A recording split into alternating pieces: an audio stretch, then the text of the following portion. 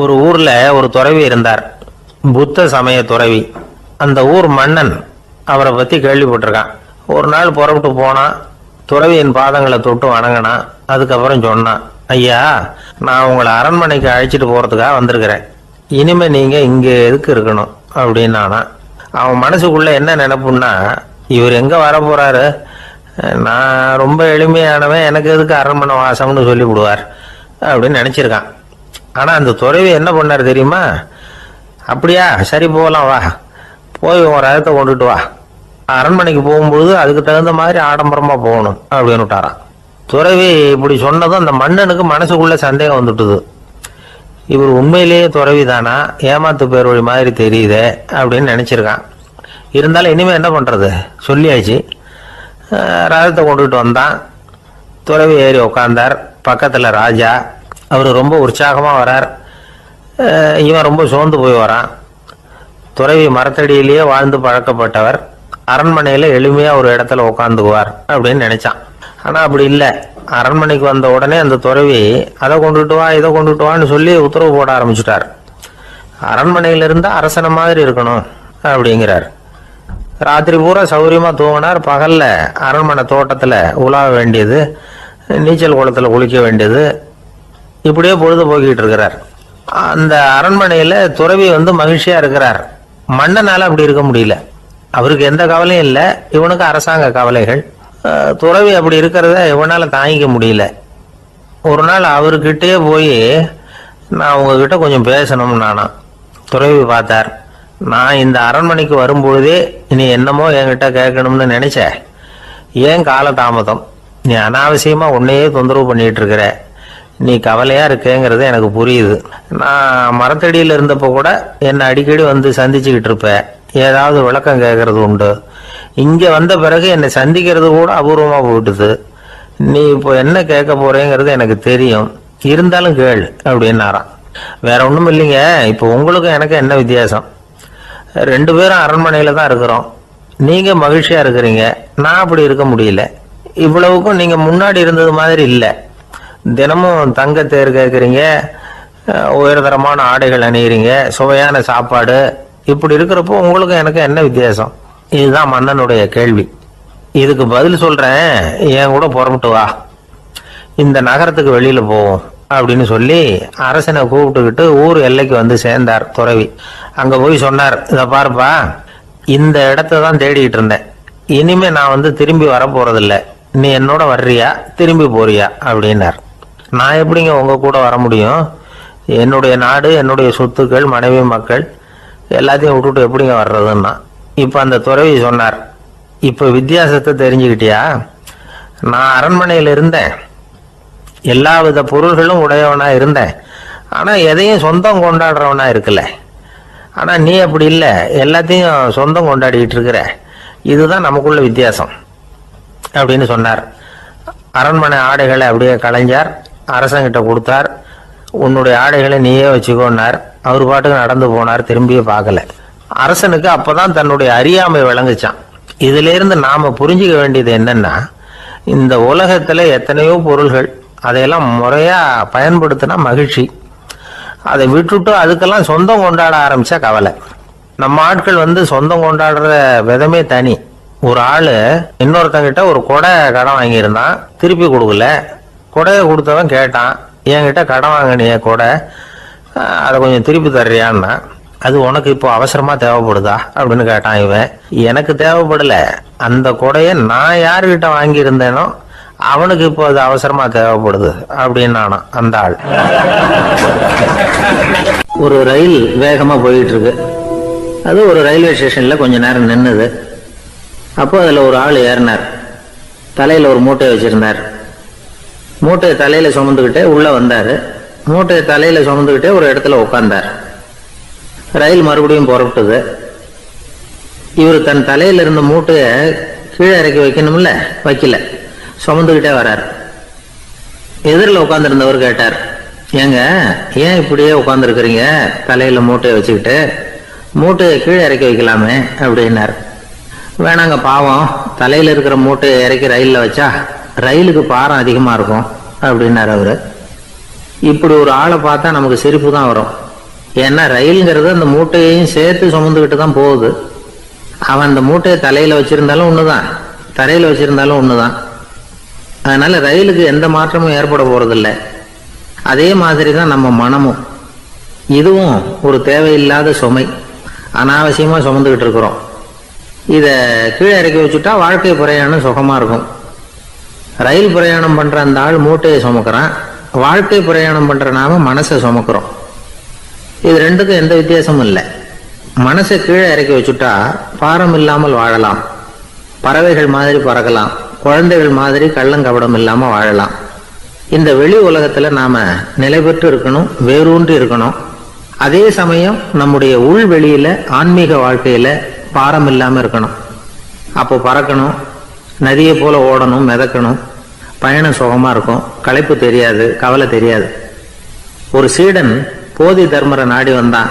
குருவே, நீங்கள் என்ன வெறுமையாக இருக்க சொன்னீங்க, நான் இப்போ மறுபடியும் வெறுமையானவன் ஆகிட்டேன், அதனால இப்போ என்ன செய்ய சொல்றீங்க என்ன அப்படின்னு சொல்லி நின்னான். உடனே அந்த குரு பக்கத்தில் இருந்த ஒரு குச்சியை எடுத்து அவன் தலையில அடிச்சு, போய் அந்த வெற்றுத்தன்மையையும் வீசி எறிந்து விட்டு வா அப்படின்னார். நான் இப்போ காலியா இருக்கிறேன்னு ஒருத்தன் சொல்றான்னு வச்சுங்க, அது உண்மை இல்லை. ஏன்னா இன்னமும் அதுல நான்கிற எண்ணம் இருக்குது. எந்த சிந்தனையும் இல்லாம இருக்கிறது கடினம்தான்.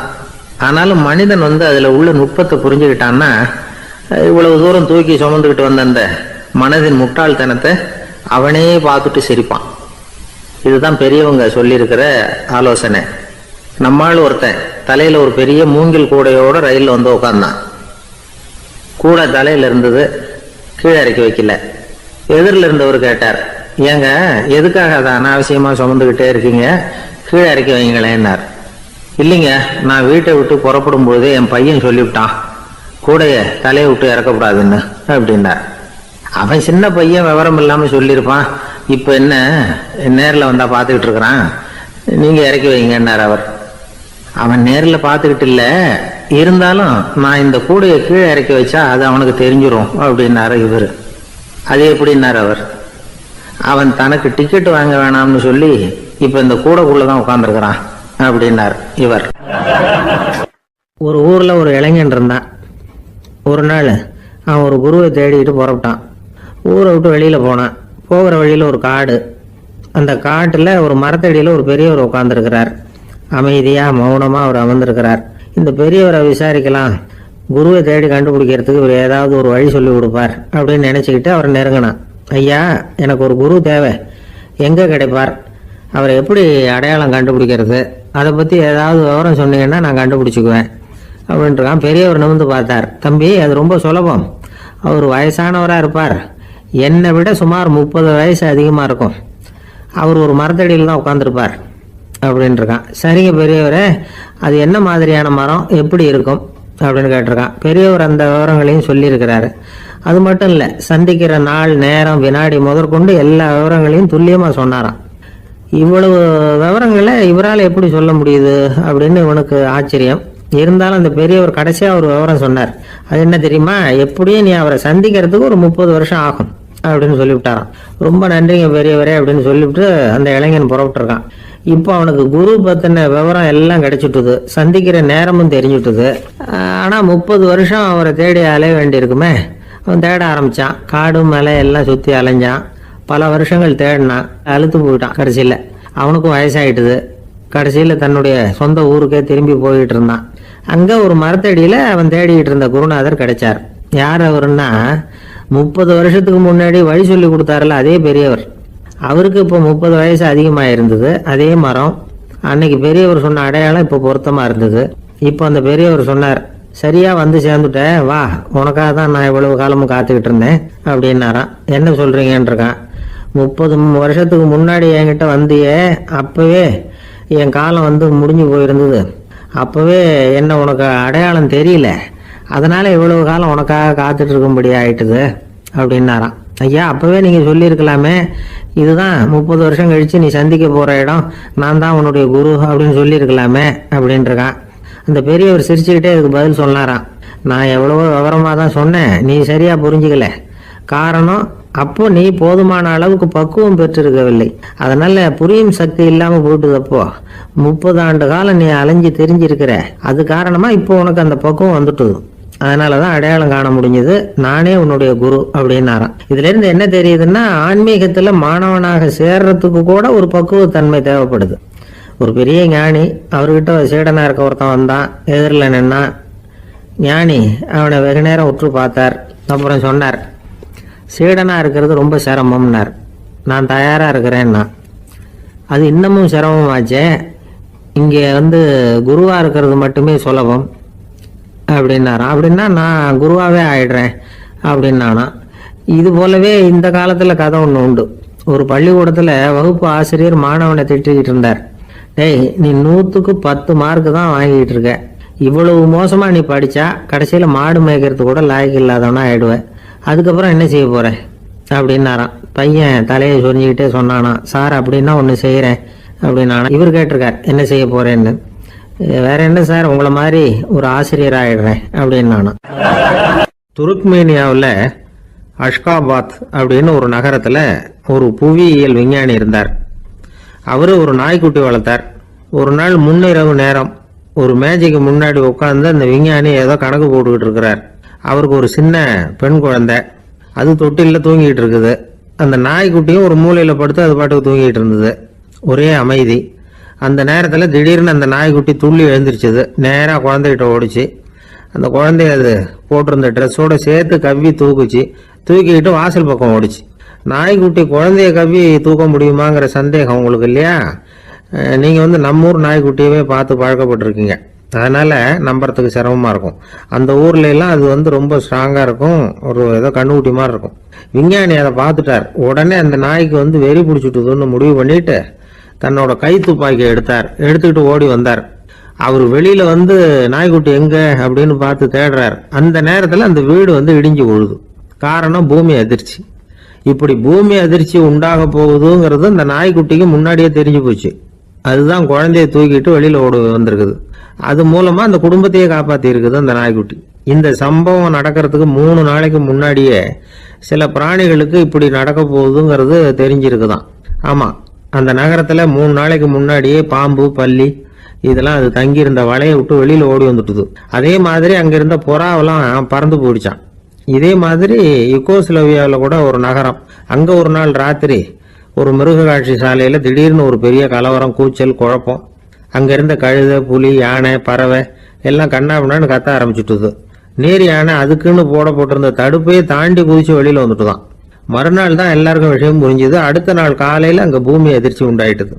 இப்ப பாருங்க, அதாவது மனுஷனை போய் தீர்க்க தரிசி அது இதுன்னு சொல்லிட்டு இருக்கிறோம். இவனை விட அது பரவாயில்லைன்னு தோணுது.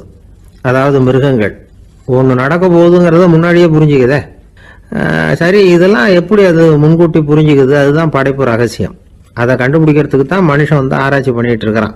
விஞ்ஞானிகளோட ஆராய்ச்சியெல்லாம் ஒரு பக்கம் இருக்கட்டும், வீட்டுக்குள்ளேயே சில ஆராய்ச்சி பண்ணி பாருங்களேன். இப்ப சில யோசனை சொல்லி அதை சோதனை பண்ணி பாருங்க அப்படின்னு ஒருத்தர் சொன்னாராம். அதாவது இப்ப மழை வருமா வராதா அப்படின்னு தெரிஞ்சுக்கணுமா, உடனே ஒரு பூனைக்குட்டி பின்னாடி மெதுவா போய் அது என்ன செய்யுதுன்னு கவனிச்சு பார்க்கணும். பூனைக்குட்டி தன்னோட பாதத்தினால சுகத்துல அப்படி கீறிக்கிட்டு இருக்கும். அப்படி கீறினா கண்டிப்பா மழை வரும். சில சமயம் பூனைக்குட்டி அப்படி மல்லாந்து படுத்துக்கிட்டு பாதத்தை உயர தூக்கும், அப்படியும் புரளும். இப்படி செஞ்சதுன்னா அன்னைக்கும் மழை இருக்காது. அதனால முன்னாடி இருந்தது மழை வர்றதுக்கு அறிகுறி, இது மழை இல்லைங்கிறதுக்கு அறிகுறி. பறவைகள், பிராணிகள் இதுகளோட நடவடிக்கைகளை பார்த்துட்டு அதையெல்லாம் அடிப்படையாக வச்சுதான் காலநிலையை கண்டுபிடிக்கிற கருவிகளை கண்டுபிடிச்சிருக்கிறாங்க. வாத்து இருக்குல்ல, சில சமயம் தன்னோட அழகை தன்னோட இறகுகள்ல அப்படியே புதைச்சிக்கும். அப்படி செஞ்சா குளிர்காலம் வரப்போகுதுன்னு அர்த்தம். பருவநிலை குளிரா மாறப்போகுதுங்கிறதுக்கு இதுதான் அறிகுறி. சிட்டுக்குருவி இருக்குதுல்ல, அதெல்லாம் புழுதியில உழுந்து புரளும், சிறகுகளை படபடன்னு அடிச்சுக்கும். அப்படி செஞ்சா மழை வரப்போகுதுன்னு அர்த்தம். ஒண்ணு மட்டும் நாம நல்லா தெரிஞ்சுக்கணும், இயற்கையின் சீற்றம்னு சொல்றோம் இல்லையா, இயற்கை ஏன் நம்ம மேல கோவப்படுது? இயற்கையை நாம அனுசரிச்சு போறதில்ல, அதனால கோவப்படுது. காடுகளை அழிக்கப்படாது, விலங்குகளை கொல்லப்படாது, இயற்கை ஏற்படுத்தி வச்சிருக்கிற சமநிலையை கெடுக்கப்படாது. அதை புரிஞ்சுக்கிட்டு வாழ்ந்தோம்னா பூமியும் நடுங்காது, நாமளும் நடுங்க வேண்டிய அவசியம் இருக்காது. ஒருத்தர் இருந்தார், சாராய கடைக்கு போனாராம், நிறைய சாப்பிட்டார். அப்புறம் சொன்னார், இது ரொம்ப அற்புதமான சரக்கு போல இருக்கு. உள்ள போன உடனே இந்த பூமியே நடுங்கிறது மாதிரி இருக்கு எனக்கு அப்படின்னாராம். இதுக்கு கடைக்காரர் சொல்லியிருக்கார், நீங்க சாப்பிட்டது வெறும் பச்சை தண்ணி தாங்க, இப்ப ஏற்பட்டிருக்கிறது நிஜம் பூமி அதிர்ச்சி அப்படின்னாராம். ஒருத்தர் ரொம்ப அவசரமா போயிட்டு இருந்தார். எங்க சார் போறீங்கன்னு கேட்டோம். எனக்கு வேண்டியப்பட்ட ஒருத்தருக்கு குழந்தை பிறந்திருக்கிறதாக செய்தி வந்திருக்கு, அதுதான் ஆஸ்பத்திரிக்கு போயிட்டு இருக்கேன், பார்த்துட்டு வரலாம்னு அப்படின்னார். அப்படின்னா கொஞ்சம் இப்படி உட்காருங்க அப்படின்னோம். சில விவரம்லாம் சொல்றேன், கேட்டுட்டு போங்க அப்படின்னோம். உட்காந்தார். அப்புறம் சொல்ல ஆரம்பிச்சோம். புதுசாக பிறந்திருக்கிற ஒரு குழந்தைய பார்க்க போறதுன்னா அது சாதாரண விஷயம் இல்லை, அதில் ரொம்பவும் கவனமாக நடந்துக்கணும். புது குழந்தைக்கு நோய் சுலபமாக தொற்றும், முக்கியமாக காற்று மூலமாக பரவுற நோய்கள் சுலபமாக வந்துடும். அதனால் நமக்கு உடம்பு சரியில்லைன்னா குழந்தைய விட்டு கொஞ்சம் தள்ளியே இருக்கிறது தான் நல்லது. பெரியவங்களை பொறுத்த வரைக்கும் சாதாரணமாக உள்ள ஒரு கிருமி கூட குழந்தைய பொறுத்த வரைக்கும் ரொம்ப மோசமான ஒரு கிருமியாக இருக்கும். சில வெளிநாடுகள் எப்படி தெரியுமா, பிறந்த குழந்தை தூங்கிட்டு இருக்கிற ஒரு ரூமுக்கு போகணும்னா போகிறவங்க முகமூடி போட்டுக்கணும், காலணிகளை மாற்றிக்கணும், அவ்வளவு சுத்தமாக உள்ளே போய் பார்த்துட்டு வரணும். பொதுவாக சில ஆஸ்பத்திரிகளில் பார்த்தீங்கன்னா பார்வையாளர்கள் நேரத்தில் விசிட்டிங் ஹவர்ஸ் தாயை விட்டு குழந்தைய தனியாக பிரித்து வச்சுருவாங்க. எதுக்குன்னு நினைக்கிறீங்க? அந்த நேரம் பல பேர் வருவாங்க போவாங்க, அவங்க கை கால் சுத்தமாக இருக்காது. சுத்தம் இல்லாத கைகள் மூலமாக கிருமிகள் பரவும். சுத்தம் இல்லாத கைன்னா மண்ணு தூசி படிஞ்சிருக்கிற கை மட்டும் தான் அர்த்தம் இல்லை. சாலையில் கையை வீசிக்கிட்டு நடந்து வர்றீங்க, குழந்தைய பொறுத்த வரைக்கும் அது கூட சுத்தம் இல்லாத கை தான். தாயை தவிர மற்றவங்க குழந்தைய தூக்காமல் பார்த்துக்கிறது நல்லது. தாய் கூட அளவோட கொஞ்சிறதோட நிறுத்திக்கணும். புதுசாக ஒரு குழந்தைய பெற்றிருக்கிற பொண்ணுகிட்ட மற்ற தாய்மார்கள் ஏதாவது சொல்லிக்கிட்டே இருப்பாங்க. குழந்தைய அப்படி வளர்க்கணும் இப்படி வளர்க்கணும் அப்படின்னு ஏதாவது அட்வைஸ் பண்ணிக்கிட்டே இருப்பாங்க. இப்படி ஓவரா அறிவுரை பண்ணுறது அந்த பொண்ணை குழப்பி விட்டுரும். அதனால் அப்படிலாம் பண்ணக்கூடாது. அந்த பெண்ணே ஏதாவது கேட்டால் கூட டாக்டர் சொல்ல வேண்டிய விவரங்களை எல்லாம் நாமே சொல்லிக்கிட்டு இருக்கக்கூடாது. புதுசாக பிறந்திருக்கிற குழந்தைய மட்டும்தான் இப்படி பார்க்கணும்னு இல்லை. ஒரு நோயாளி குழந்தைய பார்க்க போகிறதுனா கூட ரொம்ப எச்சரிக்கையாக தான் நடந்துக்கணும். ஒரு தின்பண்டமோ விளையாட்டு சாமானோ அந்த குழந்தைக்கு நாம் வாங்கிட்டு போகிறதா வச்சுக்குவோம். அதை நேராக கொண்டுகிட்டு போய் அந்த குழந்தைகிட்டே கொடுக்கக்கூடாது. அதோட அப்பா அம்மா கிட்ட ரகசியமாக கொடுக்கலாம். அவங்க முடிவு பண்ணட்டும் குழந்தைகிட்ட அதை கொடுக்கலாமா வேண்டாமாங்கிறத. அவங்களுக்கு தான் தெரியும் அதோட மனசும் உடம்பும். உங்கள் அக்கறையை காட்டுறதா நினச்சிக்கிட்டு குழந்தை வாயில் எதையும் கொண்டுட்டு போய் போடாதீங்க. போகிறப்போ உங்கள் வீட்டு குழந்தையும் அழைச்சிட்டு போகாதீங்க. இது நோயை வாங்கிட்டு வந்துடும், அல்லது புதுசாக ஒரு நோயை அதுகிட்ட கொடுத்துட்டு வந்துடும். என்னதான் உங்களுக்கு பழக்கமான குழந்தையா இருந்தால் கூட அதுக்கு விருப்பம் இல்லைன்னா பேசக்கூடாது. அங்கே போய் அவங்க பள்ளிக்கூடத்தை ஞாபகப்படுத்திட்டு இருக்கக்கூடாது. நோயில் இருக்கிறப்ப ஸ்கூலை பற்றி பேச அது விரும்பாது. ஆஸ்பத்திரியை விட்டு வெளியில் புறப்படுறப்போ குழந்தைகிட்ட சொல்லணும்னு அவசியம் இல்லை, அதோட அப்பா அம்மா கிட்ட சொல்லிவிட்டு புறப்பட்டா போதும், குழந்தை கோபிச்சிக்காது. சமூக சம்பிரதாயத்தை பற்றி அது கவலைப்படுறதில்லை. இப்படி எல்லா விவரமும் நம்ம எதிரில் உட்காந்துருந்தவங்க கிட்ட சொல்லி முடித்தோம். ரொம்ப நன்றி சார் அப்படின்னு சொல்லிவிட்டு அவர் புறப்பட்டார். குழந்தைங்க கொஞ்சம் வளர்கிற வரைக்கும் தான் நாம் எச்சரிக்கையாக இருக்கணும்னு இல்லை, வளர்ந்த பிறகு இன்னும் எச்சரிக்கையாக இருக்கணும். ஒரு பையன் பள்ளிக்கூடத்துலேருந்து திரும்பி வீட்டுக்கு வந்தான். முகம் பூரா நகத்தால கீறி இருந்தது. அப்பா பார்த்து பயந்துட்டார். யாருடா உன்னை இப்படி பண்ணுது அப்படின்னார். என் கூட படிக்கிற இன்னொரு பையன். நாளைக்கு உன் கூட பள்ளிக்கூடத்துக்கு வர்றேன், நீ எனக்கு அவனை அடையாளம் காட்ட முடியுமான்னார். அது ரொம்ப சுலபம் நான் பையன். எப்படின்னார் அப்பா. அவன் காதில் ஒன்று கையோடு எடுத்துகிட்டு வந்திருக்கிறேன், இதோ என் பையில தான் வச்சிருக்கேன் அப்படிங்கிறான் அந்த பையன். ஒரு பல்கலைக்கழகம், அங்கே ஒரு இலக்கிய பேராசிரியர், அவர் பாடம் நடத்திக்கிட்டு இருந்தார். ராபர்ட் பிரௌனிங் எழுதிய கவிதைகளை பற்றி சொல்லிகிட்டு இருக்கிறார். மாணவர்களும் ரொம்ப அக்கறையாக அதை கேட்டுக்கிட்டு இருக்கிறாங்க. ஒரு குறிப்பிட்ட கவிதையை பற்றி சொல்லும்பொழுது அந்த பேராசிரியருக்கே ஒரு சந்தேகம்.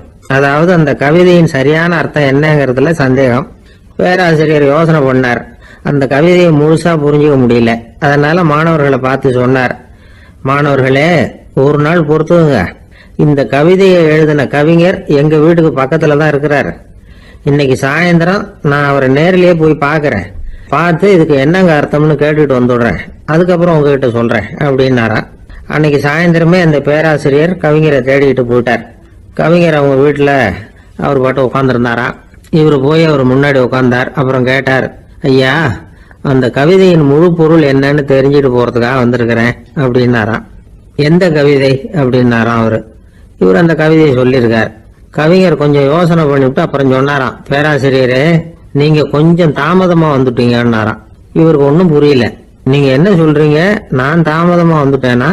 நீங்க தான் உயிரோட இருக்கிறீங்களே, அப்படி இருக்கும்போது நான் தாமதமா வந்துட்டேன்னா அது எப்படி அப்படின்னு இவர் குழம்பி இருக்கிறார். இப்ப கவிஞர் சொன்னாராம், ஐயா நான் உயிரோட இருக்கிறேனா இல்லையாங்கிறது முக்கியம் இல்லை, நான் அந்த கவிதை வரிகளை எழுதினப்போ 2 பேருக்கு அதோட அர்த்தம் தெரிஞ்சிருந்தது, இப்போ ஒரே ஒருத்தருக்கு தான் அதோட அர்த்தம் தெரியும் அப்படின்னாராம். பேராசிரியர் யோசனை பண்ணியிருக்கார். அப்படின்னா அந்த ஒருத்தர் கவிஞர் ராபர்ட் பிரவுனிங்கை தவிர வேற யாரா இருக்க முடியும்?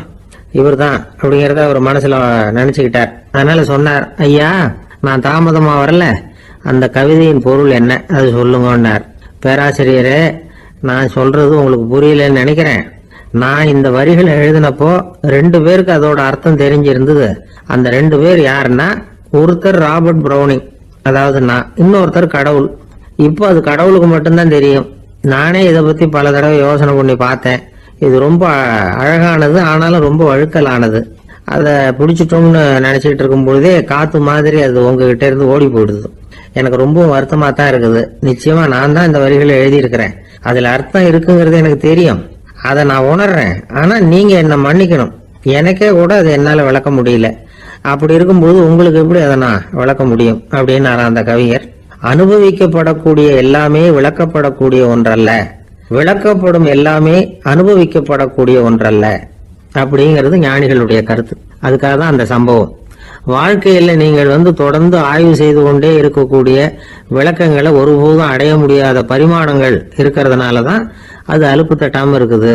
உங்களால நிறைய அனுபவிக்க முடியும், இருந்தாலும் நீங்கள் அனுபவித்து அறிந்த விஷயங்கள் கூட வார்த்தைகளால விளக்கப்பட முடிவதில்லை அப்படிங்கிறது பெரியோர் சிந்தனை. இதெல்லாம் ஒரு பக்கம் இருக்கட்டும். நமக்கு தெரிஞ்ச பேராசிரியர் ஒருத்தர் 1 மணி நேரம் ரொம்ப விவரமா வகுப்பு எடுத்தார். கடைசியா சொன்னார், மாணவர்களே ரொம்பவும் எளிமையா விளக்கமா எல்லா விவரமும் சொல்லியிருக்கிறேன், அதனால இதுல உங்களுக்கு சந்தேகம் வர்றதுக்கு வாய்ப்பே இல்லை, இருந்தாலும் கேட்க வேண்டிய கடமை கேட்கிறேன். இது வரைக்கும் நடத்தினதுல யாருக்காவது ஏதாவது சந்தேகம் உண்டா அப்படின்னு கேட்டாராம். எனக்கு ஒரே ஒரு சந்தேகம் தான் சார் அப்படின்னு எழுந்திரிச்சு நிக்கிறான் ஒருத்தன். என்னன்னு கேட்டாராம். இது வரைக்கும் நீங்க என்ன பாடம் சார் நடத்துனீங்க அப்படின்னானா அவன். ஒருத்தர் ஒரு தவறு செஞ்சு விடுறாருன்னு வச்சுக்கங்க, உடனே நீ செஞ்சது தவறு அப்படின்னு சொல்றது ஒரு வகை. அதுக்கு பதிலாக எது சரின்னு அவர் புரிந்து கொள்ள உதவி செய்கிறது இன்னொரு வகை. இந்த 2வது வகை இருக்கு பாருங்க, நிர்வாக இயல்ல இது ரொம்ப முக்கியம். அலுவலகத்தில் வேலை பார்க்குற ஒருத்தர் முக்கியமாக தெரிஞ்சுக்க வேண்டியது என்ன தெரியுமா? சக ஊழியர்கள் கிட்ட எப்படி பழகணும், மேலதிகாரிகள் கிட்ட எப்படி பழகணும், தனக்கு கீழே வேலை செய்கிறவங்க கிட்ட எப்படி பழகணும், வாடிக்கையாளர்கள் கிட்ட எப்படி பழகணும், இவங்க எல்லார்கிட்டையும் செம்மையான உறவை ஏற்படுத்திக்கிறது எப்படி, இதையெல்லாம் சொல்லி கொடுக்குற பாடம் தான் இன்டர் பர்சனல் ஸ்கில், திறமையான உறவு அப்படிங்கிறது. எந்த வேலையில் இருந்தாலும் சரி, இந்த உறவுகளை வளர்க்கும் திறன் உள்ளவங்க சீக்கிரம் முன்னுக்கு வந்துடுறாங்க. மற்றவங்க கிட்ட உறவை பலப்படுத்திக்கிறது எப்படி அப்படின்னு தெரிஞ்சுக்கிட்டோம்னா எந்த ஒரு தடையையும் சுலபமாக தாண்டி செய்கிற தொழிலில் முன்னுக்கு வந்துடலாம். ஹார்வர்டு பல்கலைக்கழகத்தில் ஒரு கணக்கெடுப்பு பண்ணி பார்த்தாங்களாம். பார்க்குற வேலையில் எது மாதிரி குணாதிசயம் உள்ளவங்க வேகமாக முன்னுக்கு வர்றாங்க அப்படின்னு தெரிஞ்சுக்கிறதுக்காக இந்த கணக்கெடுப்பு. வெவ்வேறு துறையில் வேகமாக முன்னுக்கு வந்திருக்கிற பல பேரை சந்தித்து இந்த சர்வேயை நடத்தியிருக்கிறாங்க. அவங்க கண்டுபிடிச்சி சொல்லியிருக்கிற உண்மை என்ன தெரியுமா? ஒருத்தர் ஒரு வேலையில் இருந்தால் அது சம்பந்தப்பட்ட சப்ஜெக்ட் பற்றிய அறிவு 35% இருந்தால் போதுமா. ஆனால் உறவுகளை வளர்க்கக்கூடிய திறன், இன்டர் பர்சனல் ஸ்கில்லு 65% வேணும். இப்படி உள்ளவங்க சீக்கிரம் முன்னுக்கு வந்துடுறாங்களாம். அதனால் ஒருத்தருக்கு வேலை சரியாக புரியலைன்னா கூட விவரமாக மற்றவங்க கிட்ட பழகிறது எப்படின்னு புரிஞ்சால் போதும், அவர் முன்னுக்கு வந்துடலாம். அலுவலகங்களில் மட்டும் இல்லை, எல்லா இடங்கள்லையும் இது ரொம்ப முக்கியம்.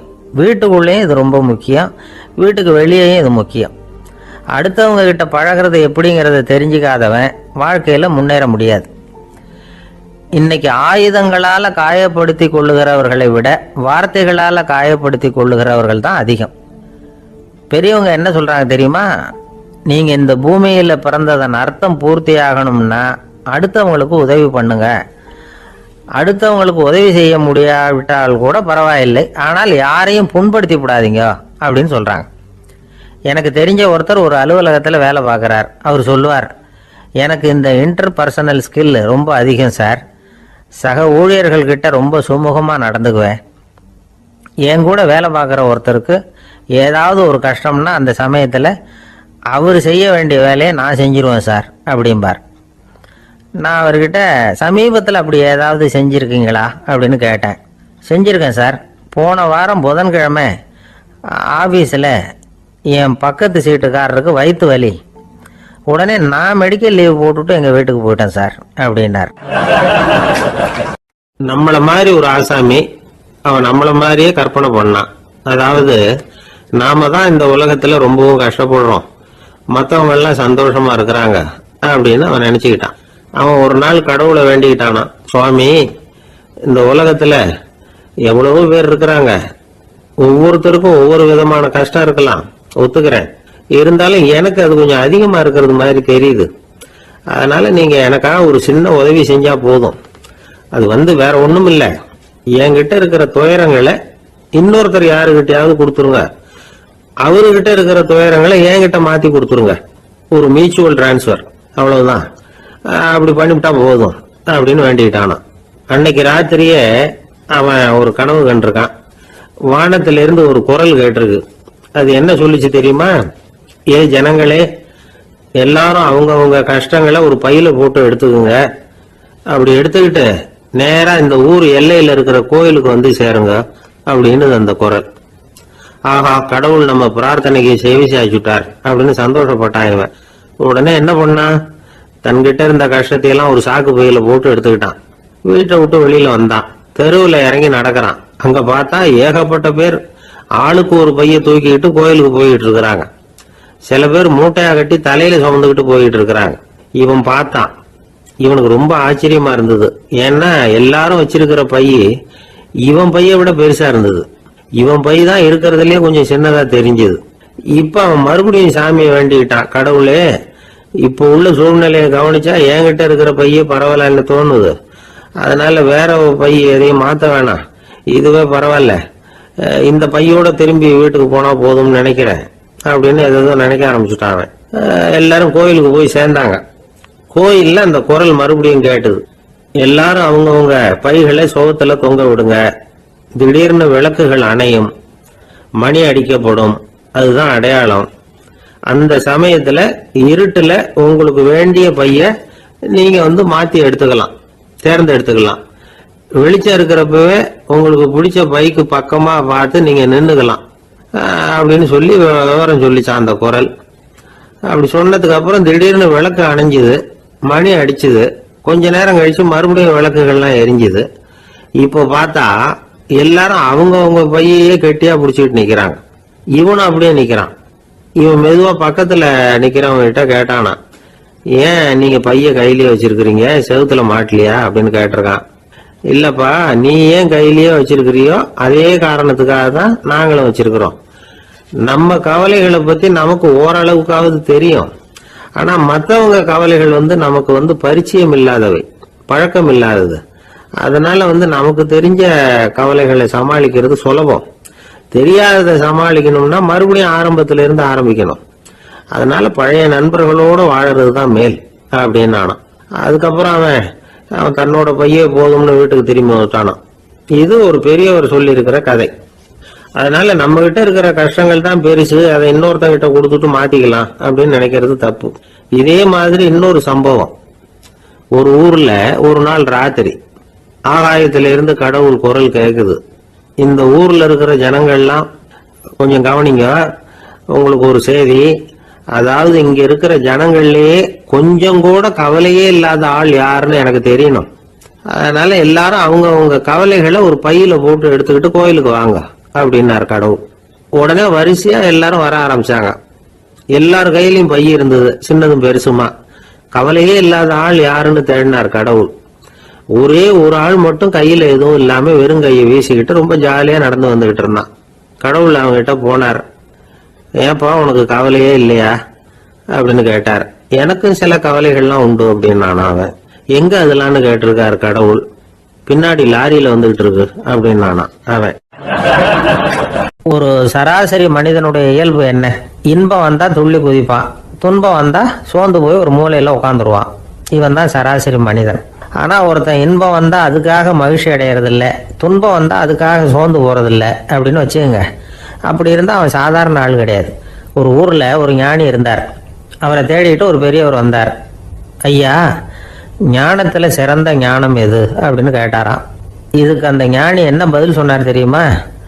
இன்பத்தினால மகிழ்ச்சி அடையாமலும் துன்பத்தினால சோர்வு அடையாமலும் இருக்கிறது தான் அந்த ஞானம், பெரிய ஞானம் அப்படின்னாராம். சரி சுவாமி, அப்படிப்பட்ட ஞானம் உங்களுக்கு எப்படி வந்ததுன்னு கேட்டிருக்காரு இவர்.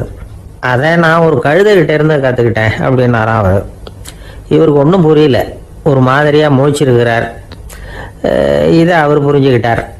நீங்கள் நாளைக்கு காலையில் நம்முடைய ஆசிரமத்துக்கு வாங்க, புரிய வைக்கிறேன்னாராம். சரின்னு அவர் போயிட்டார். மறுநாள் காலையில் ஆசிரமத்துக்கு வந்து சேர்ந்தார். ஞானி அவரை கூப்பிட்டு உட்கார வச்சார்.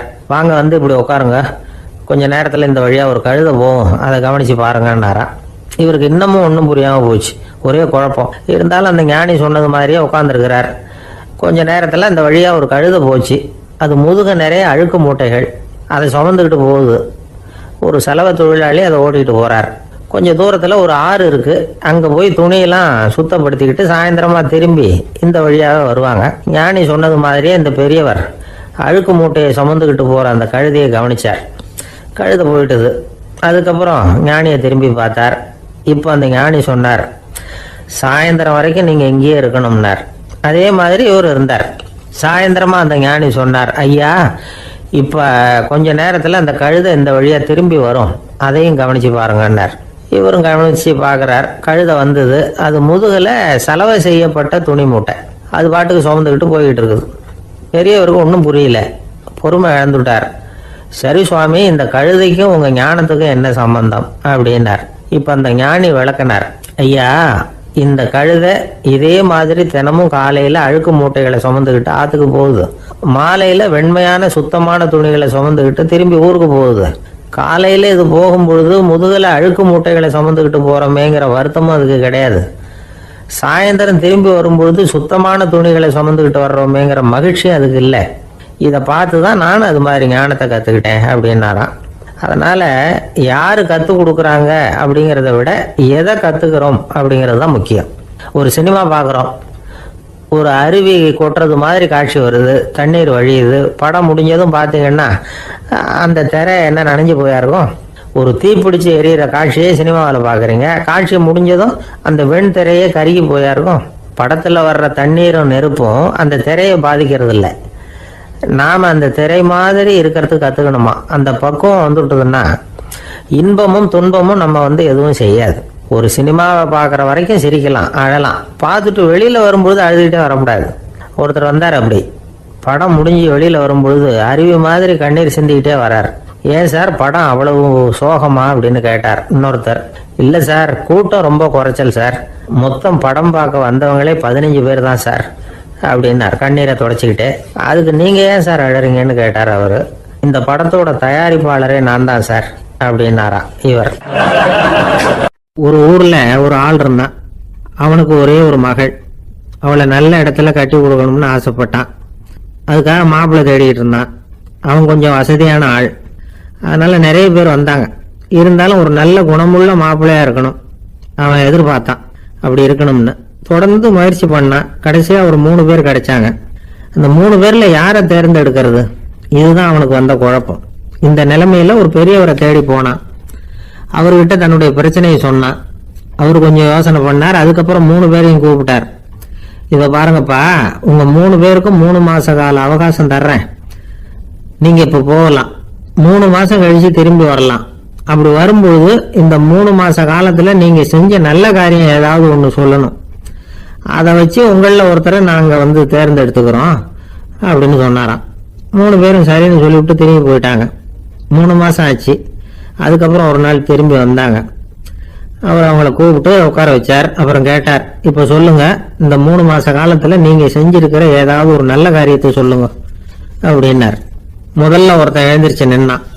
ஐயா, எங்க அப்பா இறந்த பிறகு அவரோட கணக்கு வழக்குகளை எடுத்து பார்த்துக்கிட்டு இருந்தேன்.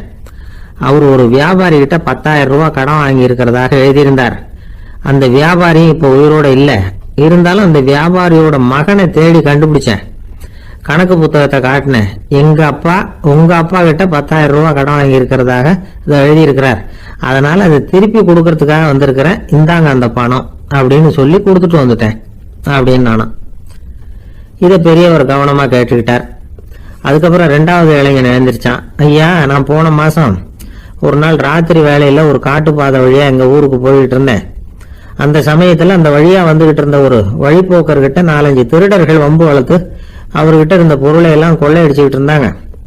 நான் உடனே ஒரு குச்சியை எடுத்துட்டு ஓடினேன். அந்த திருடர்களை அடிச்சு விரட்டினேன். பொருளை எல்லாம் மீட்டு அந்த வழிபோக்கர்கிட்ட ஒப்படைச்சேன். அவரை பத்திரமா அழைச்சிட்டு போய் அவர் வீட்டுல விட்டுட்டு வந்தேன் அப்படின்னு நானும். இதையும் பெரியவர் கவனமா கேட்டுக்கிட்டார். அடுத்தபடியா 3வது இளைஞன் எழுந்திருச்சான். ஐயா, போன மாசம் ஒரு நாள் நான் ஒரு மலைப்பாதை வழியா போயிட்டு இருந்தேன். மலைப்பாதை விளிம்புல ஒரு மதகு கட்டை, அது மேல ஒரு ஆள் படுத்து தூங்கிட்டு இருந்தான். அந்த பக்கம் தவறி உருண்டு விழுந்திருந்தான்னா அதில் பாதாளம். அது மலையடி வாரத்தில் போய் தான் வேணும், அவ்வளவு பள்ளம். அது தெரியாம அவன் பாட்டுக்கு தூங்கிட்டு இருந்தான். நான் உடனே அவன்கிட்ட ஓடி போய் குனிஞ்சு அவன் முகத்தை பார்த்தேன். அப்பதான் புரிஞ்சுது, அவன் ஏற்கனவே எனக்கு தெரியும். அவனை எனக்கு நிறைய கெடுதல் பண்ணியிருக்கிறான், இடைஞ்சல் கொடுத்தவன். இருந்தாலும் ஐயோ பாவம்னு நினைச்சு அவனை எழுப்பி பாதுகாப்பா வேற ஒரு இடத்துல படுக்க வச்சுட்டு வந்தேன் அப்படின்னு நானா. பெரியவர் இதையும் கேட்டுக்கிட்டார். அதுக்கப்புறம் அவங்க 3 பேரையும் பார்த்து நீங்க போகலாம், நாங்க யோசிச்சு முடிவு பண்ணி உங்களுக்கு சொல்லி அனுப்புறோம் அப்படின்னாராம். அந்த இளைஞர்கள் புறப்பட்டு போயிட்டாங்க. அதுக்கப்புறம் அந்த பெண்ணோட அப்பாவை பார்த்து சொன்னார், இந்த 3 பேருமே நல்ல பிள்ளைங்க தான், அதுல ஒன்றும் சந்தேகம் இல்லை. இருந்தாலும் இந்த 3 பேர் செஞ்ச செயல்களையும் ஒப்பிட்டு பார்க்க வேண்டியிருக்கு. முதல் இளைஞன் நேர்மைக்கு எடுத்துக்காட்டா விளங்குறான். இந்த காலத்துல இது மாதிரி இளைஞர்களை பார்க்கறது ரொம்ப கஷ்டம்தான். இருந்தாலும் அவன் கடமையை தான் செஞ்சான். 2வது இளைஞன் நல்ல வீரன், தைரியசாலி. ஒரு வீரன் எதை செய்யணுமோ அதைத்தான் இவன் செஞ்சான். இவன் ஒரு லட்சிய மனிதன். 3வது இளைஞன் தன்னுடைய பகைவனுக்கே உதவி செஞ்சிருக்கான். அவன் உயிரை காப்பாத்தி இருக்கிறான். பகைவனுக்கு அருள்வதுங்கிறது ஒரு சாதாரண மனுஷனால செய்யக்கூடிய காரியம் இல்லை. பகையை மறக்கிறதும் பகைவனுக்கு அருள்வதும் தெய்வீக பண்புகள்.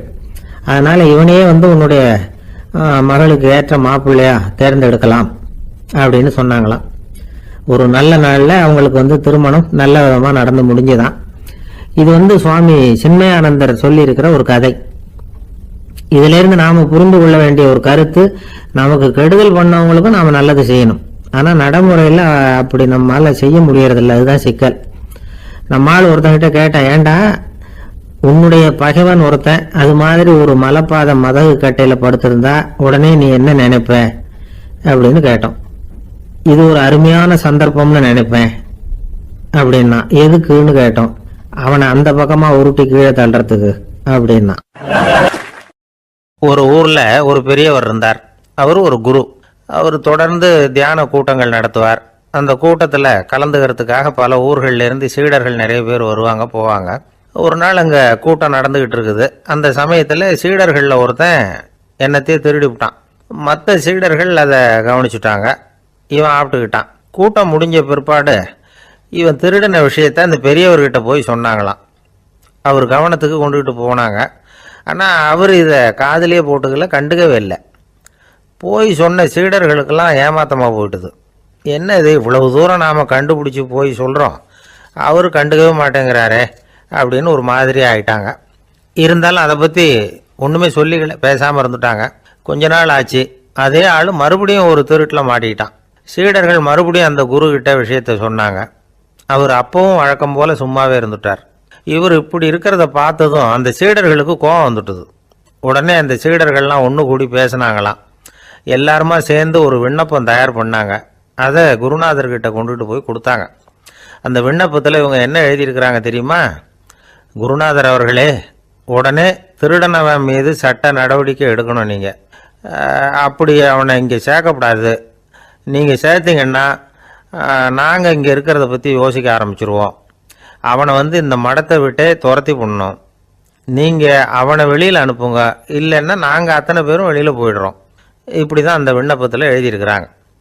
குரு அந்த விண்ணப்பத்தை வாங்கி படித்து பார்த்தார். அதுக்கப்புறம் அதை எழுதின அத்தனை பேரையும் கூப்பிட்டாரு. எல்லாரும் இப்படி வாங்கன்னாரு. வந்தாங்க. இப்படி என் எதிரில் உட்காருங்கன்னார். உட்காந்தாங்க. அப்புறம் சொன்னார், இதை பாருப்பா, நீங்க எல்லாரும் புத்திசாலிகள், உங்களுக்கு எது நல்லது எது கெட்டதுங்கிறது நல்லா தெரியும். நீங்க மேற்கொண்டு ஏதாவது படிக்கணும்னு நினைச்சா வேற எங்க வேணும்னாலும் போகலாம், அதுக்கு நான் தடை சொல்ல மாட்டேன். ஆனா உங்களால குற்றம் சாட்டப்பட்ட அவன் இருக்கானே, அவன் எப்படின்னா அவனுக்கு எது நல்லது எது கெட்டதுங்கிறதெல்லாம் தெரியாது, அதனால தான் திருடுறான். நீங்க சொல்றது மாதிரி அவனை அடிச்சு துரத்தி விடுறோம்னு வச்சுக்கோங்க, அவனுக்கு எப்படி நல்லது கெட்டது தெரியும்? அவனுக்கு அதை யார் சொல்லி கொடுக்கறது? அதனால இங்கேயே இருக்கட்டும், அதுதான் சரி. இதுக்காக நீங்க எல்லாரும் என்னை விட்டுட்டு போனாலும் சரி, அவனை நான் விரட்ட மாட்டேன் அப்படின்னு விட்டாரான். இவ்வளவையும் திருடனை அந்த சீடன் கேட்டுக்கிட்டே இருந்திருக்கான். அவன் கண்களில் கண்ணீர். அப்படியே எழுந்திரிச்சு வந்தான், குரு காலில் விழுந்தான். அவன் கண்ணீரில் அவனது தீமை கழுவப்பட்டது அப்படிம்பாங்க. அதாவது சீடர்களுக்கு அந்த குருவோட பெருமை அப்பதான் புரிஞ்சுதான். ஒரு நல்ல ஆசிரியர் இருக்காருன்னு வச்சுங்க, நல்லா படிக்கிற பையனுக்கு தான் பாடம் சொல்லி கொடுப்பேன்னா அது என்ன பெரிய விஷயமா? மோசமா படிக்கிறவனையும் மாத்தி காட்டுறேங்கிறது தான் பெருமை. இந்த காலத்து குரு ஒருத்தர் ஒரு ஆசிரமம் வச்சு நடத்திட்டு வந்தார். நிறைய பேர் தினம் வருவாங்க போவாங்க. ஒரு நாள் ஒருத்தன் வந்தான். அந்த குரு முன்னாடி போய் நின்னான். ஐயா, என்ன உங்க சீடனா ஏத்துக்கணும்னா. அந்த குரு நிமிர்ந்து பார்த்தார். உன்னுடைய நோக்கம் என்னன்னு கேட்டார். ஐயா, உங்ககிட்ட கொஞ்ச நாள் இருந்தேன்னா நல்ல பழக்க வழக்கங்களை கற்றுக்கலாம், அதுக்கப்புறம் வெளியில் போய் ஒரு நல்ல தொழில் தொடங்கி வாழ்க்கையில் முன்னுக்கு வரணுங்கிறது தான் என்னோட நோக்கம் அப்படின்னா. நீ சொல்கிறது சரி, ஆனால் உன்னால் இங்கே நல்ல பழக்க வழக்கங்களை கற்றுக்க முடியலேன்னு வச்சுக்கோ, அப்போ என்ன பண்ணுவேன் அப்படின்னு கேட்டார் அவர். அப்படி ஆச்சுன்னா என்ன, உங்களை மாதிரியே ஒரு ஆசிரமம் ஆரம்பித்து அதுக்கு குருவாக இருந்துட்டு போகிறேன் அப்படின்னு நானும். ஒரு ஆள் இருந்தார். அவர் தன்னை ஒரு குருன்னு சொல்லிக்கிட்டார். மௌன குரு, வாயே திறக்கிறது இல்லை. அவருக்கு 2 சீடர்கள் உண்டு. இவங்க தான் வர்றவங்க கிட்ட பேசுவாங்க, விளக்கம் கொடுப்பாங்க. ஒரு நாள் இந்த சீடர்கள் 2 பேரும் எங்கேயோ வெளியில் போயிட்டாங்க. அந்த நேரம் பார்த்து ஒருத்தர் அங்கே வந்தார். குரு கிட்ட போனார். குருவே, புத்தர்னா என்னன்னு கேட்டார். குருவுக்கு ஒன்றும் புரியல. அவர் உண்மையான குருவாக இருந்தாவில் புரியும். அவர் திருன்னு முழிக்க ஆரம்பிச்சிட்டார். இந்த நேரம் பார்த்து இந்த சீடர்களும் எங்கேயோ போயிட்டாங்களே, என்ன பண்ணுறது, உதவிக்கு யாராவது கிடைக்க மாட்டாங்களா அப்படின்னு அப்படியே சுற்றி பார்க்குறார். அங்கங்கே பார்க்குறார். வந்தவர் இதை கவனிச்சார். ஏதோ புரிஞ்சுக்கிட்ட ஒரு மாதிரி அடுத்த கேள்வி கேட்டார். தர்மம்னா என்ன சுவாமின்னார். குருவுக்கு ரொம்ப சங்கடமாக போச்சு.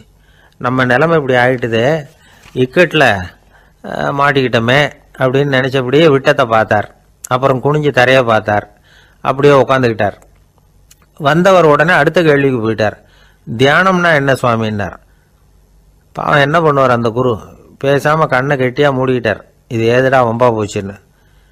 இவர் இப்படி பண்ணால் கூட வந்தவர் சளைக்கல. இன்னொரு கேள்வியும் கேட்டார். ஆசீர்வாதம்னா என்ன அப்படின்னார். இவர் பார்த்தார். இப்படியே போனால் இவர் கேள்வி கேட்குறத நிறுத்த மாட்டார் அப்படின்னு நினச்சிக்கிட்டு எனக்கு ஒன்றுமே தெரியாதுங்கிற பாவனையில் 2 கையையும் விரித்து காட்டினார். வந்தவர் முகத்தில் மகிழ்ச்சி, மன நிறைவு, ஏதோ எல்லாம் புரிஞ்சுக்கிட்ட ஒரு மாதிரி அங்கேருந்து புறப்பட்டு போனார். வழியில் அந்த குருவோட சீடர்கள் 2 பேரையும் சந்திச்சார். உங்கள் குருவை தான் பார்த்துட்டு வரேன்னார் இவர். என்ன நடந்ததுன்னு கேட்டாங்க. இவர் வரமா சொல்கிறார். உங்கள் குரு எவ்வளவு பெரிய ஞானி தெரியுமா? புத்தர்னா என்னன்னு கேட்டேன், அதுக்கு அவர் அப்படியும் இப்படியும் பார்த்தார். அதுக்கு என்ன அர்த்தம் தெரியுமா? மக்கள் புத்தரை அங்கேயும் இங்கேயும் தேடுறாங்க, உண்மையில் அவர் அங்கேயும் இங்கேயும் தேடி கண்டுபிடிக்க முடியாது அப்படிங்கிறத அவர் செய்கை மூலம் உணர்த்தினார். அதுக்கப்புறம் தர்மம்னா என்னன்னு கேட்டேன். அவர் மேலேயும் கீழையும் பார்த்து தர்மம் சமமானது, அதில் உயர்வு தாழ்வு இல்லைங்கிறத உணர்த்தினார். அதுக்கப்புறம் தியானம்னா என்னன்னு கேட்டேன். கண்ணை மூடிக்கிட்டார். கண்ணை மூடி காணுகிற அற்புதம் அது அப்படிங்கிறத புரிஞ்சுக்கிட்டேன்.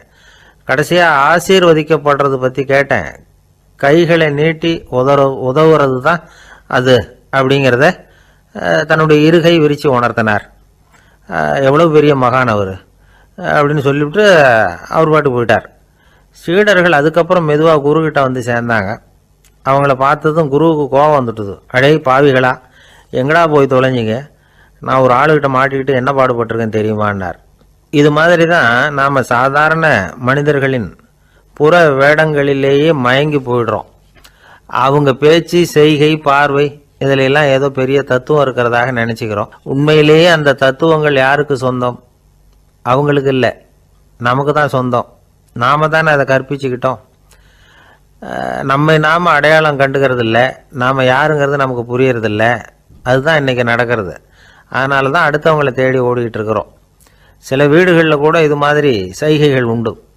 சில குடும்ப தலைவர்கள் தினமும் காலையில் கண்ணை கெட்டியாக மூடிக்கிட்டு கை ரெண்டையும் சுத்தமாக விரித்து வச்சுக்கிட்டே உட்காந்து தியானம் பண்ணுறது வழக்கம். எதுக்காக அப்படி பண்ணுறீங்கன்னு ஒருத்தரை பார்த்து கேட்டேன். இந்த மாதம் வாங்கின சம்பளம் பூரா தீர்ந்து போச்சு, இனிமேல் என் கையில் சுத்தமாக ஒன்றும் இல்லை, புதுசாக எதுவும் செலவு வச்சுடாதே அப்படிங்கிறத அப்படி உள்ளங்கை ரெண்டையும் விரித்து காட்டி அவங்களுக்கு உணர்த்துறேன் அப்படின்னார். ஒருத்தன் வேகமாக ஓடி வந்தான். ஏப்பா அப்படி தலை தெறிக்க ஓடி வர்றேன்னு கேட்டேன். பின்னாடி துரத்திக்கிட்டு வருது சார் அப்படின்னா. ஏதாவது நாய் துரத்திக்கிட்டு வருது போல இருக்கு அப்படின்னு நினச்சி அவனுக்கு பின்னாடி பார்க்குறேன். கண்ணு கேட்டின தூரம் வரைக்கும் எதுவுமே தெரியல. ஏன்பா எதுவும் ஒன்றை துரத்துறது மாதிரி தெரியலையே என்ன, நல்லா பாருங்க சார் அப்படின்னா. பார்த்துட்டு தான் சொல்கிறேன் என்ன. இதோ பாருங்க சார், இதுதான் என்ன துரத்துது அப்படின்னு அவன் காட்டுறான். அவன் சுட்டி காட்டின இடத்துல பார்த்தா அங்கே அவனுடைய நிழல் தான் தெரியுது. என்னப்பா சொல்கிற அப்படின்னு சொல்லி அவனை சந்தேகமாக பார்த்தேன். அதுக்கப்புறம் தான் அவன் விவரமாக பேசினான். சார், எனக்கு என் நிழலை கண்டா பிடிக்கிறதில்ல, எப்போ பார்த்தாலும் இது என்னையே பின்தொடர்ந்து வந்துக்கிட்டு இருக்குது, இதை என்னால் சகிக்கவே முடியல, இதை என்கிட்டேருந்து பிரிக்கிறதுக்கு எவ்வளவோ முயற்சிகள்லாம் பண்ணி பார்த்துட்டேன், முடியலன்னா. அப்படி என்னென்ன முயற்சிகள் பண்ணினேன் அப்படின்னு கேட்டேன். அவன் என்னென்ன செஞ்சாங்கிறத விவரமாக சொன்னான். அவன் என்ன பண்ணியிருக்கிறான், ஒரு பெரிய குழியை தோண்டி அதில் தன்னுடைய நிழலை புதைச்சிருவோம் அப்படின்னு முடிவு பண்ணிட்டு மண்வெட்டி எடுத்துக்கிட்டு தோட்டத்து பக்கம் போயிருக்கான். ஆழமாக ஒரு குழியை தோண்டியிருக்கான். குனிஞ்சு பார்க்குறான். அந்த குழிக்குள்ளே தன்னுடைய நிழல் தெரியுது. ஆஹா, இதுதான் சமயம், நிழல் இப்போ குழிக்குள்ளே இருக்குது, மண்ணை போட்டு மூடி போடலாம் அப்படின்னு நினச்சிக்கிட்டு கொஞ்சம் மண்ணை அள்ளி போட்டான். பார்த்தா இப்போ அந்த நிழல் அந்த மண்ணுக்கு மேலே வந்து நிற்கிது. இது ஏதுடா ரொம்ப போச்சு அப்படின்னு அவசரமாக மண்ணை வாரி போட்டு மூடி பார்க்குறான். குழி பூராவும் மூடி விட்டு பார்க்குறான். மறுபடியும் நிழல் மேலே வந்து உட்காந்துக்கிட்டு இருக்குது. சரி, இதை குழியில் புதைக்க முடியாது அப்படின்னு முடிவு பண்ணிட்டு இதை இங்கேயே இப்படியே விட்டுட்டு ஒரே ஓட்டமாக ஓடி போடுவோம் அப்படின்னு நினச்சி எடுத்தான் ஓட்டம். அது காலை நேரம். இவன் மேற்க நோக்கி ஓடிக்கிட்டு இருக்கிறான். ஓடி ஓடி பார்க்குறான், நிழல் இவனை விட வேகமாக இவனுக்கு முன்னாடி ஓடிக்கிட்டு இருக்கு. சரி, திரும்பி ஓடி பார்ப்போம் அப்படின்னு நினச்சிக்கிட்டு அப்படியே சடார்னு திரும்பி ஓட ஆரம்பித்தான். பார்த்தான், அப்பாடா நிழலை காணலை. கொஞ்சம் தூரம் ஓடி ஒரு இடத்துல நின்று அப்படியே சாவகாசமாக திரும்பி பார்க்குறான். பின்னாடி நின்றுட்டு இருக்குது நிழல். இப்படி ஓடி வந்து தான் இங்கே நம்ம முன்னாடி நின்று தன்னுடைய அவஸ்தையை சொல்லிகிட்டு இருக்கிறான். இந்த நிழலை துரத்துறது அல்லது வெட்டி விடுறது, இதுக்கு ஏதாவது வழி இருக்கா சொல்லுங்க சார் அப்படிங்கிறான். நமக்கு ஒன்றும் புரியல. அந்த நேரம் பார்த்து ஒரு பெரியவர் வந்தார். அவர்கிட்ட யோசனை கேட்டோம், என்ன செய்யலாம்னு. அவர் சொன்னார், இந்த பாருப்பா, நீ அங்கேயும் எங்கேயும் ஓடாத, அப்படியே கீழே படுத்துக்கொண்டார். அது நல்ல உச்சி வேலை. அவன் அப்படியே கீழே படுத்துக்கிட்டான். இப்போ அப்படி இப்படின்னு திரும்பி பார்க்குறான், நிழலை காணலை. அவன் இப்போ தான் நிம்மதியாக இருந்தான். இப்போ அந்த பெரியவர் சொன்னார், எல்லா மனிதர்களுமே இப்படி தான் ஓடிக்கிட்டு இருக்கிறாங்க. நான் எனது அப்படிங்கிற ஆணவம் தான் அவங்கள துரத்திக்கிட்டு இருக்கு. அதை விட்டுட்டு ஓடணும்னு நினைச்சாலும் அது முன்னாடி வந்து நிற்கிது. பரம்பொருளை நோக்கி ஓடுறப்போ இந்த ஆணவம் பின்னாடி வந்துவிடுது. பரிபூர்ண சரணாகதிங்கிற நிலையில அது முழுசுமா மறைஞ்சு விடுது. தன்னை உணர்கிற வேலை அது. அந்த நேரம் மனிதனுக்கு விடுதலை உணர்வு ஏற்படுகிற நேரம் அது. அப்படிப்பட்ட சுதந்திர மனிதர்களாக எல்லாரும் மாறி போயிட்டாங்கன்னா இந்த உலகமே இன்பமயம் அப்படின்னு ஒரு விளக்கம் கொடுத்தார் பெரியவர். நம்மால் ஒருத்தர் வேகமாக ஓடி வந்துக்கிட்டு இருந்தான். ஏன்டா அப்படி ஓடி வர்ற அப்படின்னு கேட்டார் எதிரில் வந்தவர். ஆசை துரத்துது, அதுதான் ஓடி வர்றேன்னா. உனக்கு என்ன ஆசைன்னு கேட்டார். எனக்கு ஒன்றும் ஆசை இல்லைங்க, என்னை எப்படியாவது பிடிச்சுடணும்னு போலீஸ்காரங்களுக்கு ஆசை. அந்த ஆசை இப்போ என்னை துரத்தி பின்னாடி வந்துக்கிட்டு இருக்குது, அதுதான் தப்பிச்சு வந்துக்கிட்டு இருக்கிறேன். குறுக்க நிற்காதீங்க சார், வழியை விடுங்க அப்படின்னு சொல்லிவிட்டு வேகமாக ஓடி மறைஞ்சான். எனக்கு வாழ்க்கையில் ஒரே ஒரு ஆசை தான் சார் அப்படின்னார் ஒருத்தர். அது என்னன்னு கேட்டேன். ஆசைகளை ஒழிச்சுடணுங்கிறது தான் என்னோட ஆசை அப்படின்னார். இப்படி ஆசைகளை ஒழிக்க வேண்டும் அப்படிங்கிறதையே ஒரு ஆசையாக கொள்வது அபத்தம் அப்படிங்கிறார் ஒரு பெரியவர். இது மாதிரி ஆசைகளை ஒழிக்க ஆசைப்பட்டா அந்த நோக்கம் நிறைவேறாதான். அந்த முயற்சியால் புதுசாக சில துன்பங்கள் தான் சேருமா.